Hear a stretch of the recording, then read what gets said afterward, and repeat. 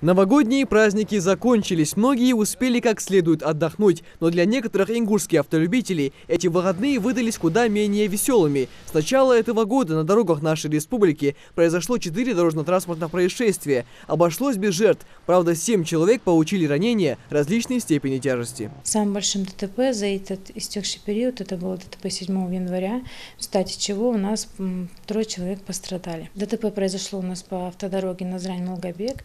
К сожалению, у нас есть водители-нарушители, которые приводят неудобства окружающим водителям. Сценарий ДТП в остальных случаях идентичен первому, или же причины, по которому произошли эти аварии, одни и те же. Проездно-запрещающий сигнал светофора, агрессивное вождение и пренебрежение своей безопасностью вошли в привычку многих автолюбителей. Сотрудники госавтоинспекции неустанно твердят, как важно соблюдать правила при выезде на трассу. Также водители наши должны понимать, что смена летней резины на зимнюю должна быть. И, к сожалению, когда у нас немножко бывает погода очень ясная, наши водители думают, что не всегда нужно менять резину, поэтому у нас происходят мелкие дорожно-транспортные происшествия, но обращать внимание на погоду нужно понимать, что она нам говорит и как нам нужно действовать. Что касается погоды, то в эти дни она преподносит неприятные сюрпризы для автолюбителей. Со вчерашнего вечера на дорогах республики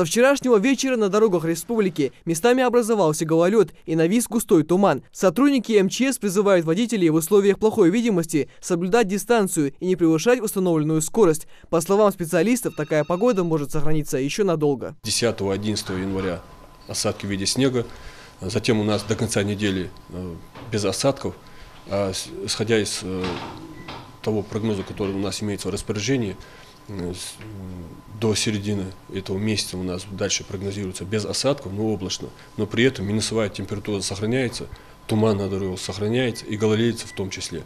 Все же нельзя не отметить, что большинство автолюбителей заранее позаботились о своих железных конях и подготовили транспортное средство к предстоящим морозам. Опытные автомобилисты уверены, лучше заранее обезопасить себя от чрезвычайных ситуаций, чем потом раскошелиться на дорогостоящий ремонт. Есть гололедица, машина скользит на дороге.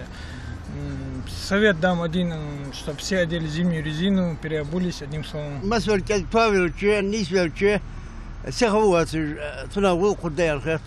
МЧСники напоминают, если избежать чрезвычайного происшествия все же не удалось, по возможности стоит обратиться по номеру экстренной службы 112.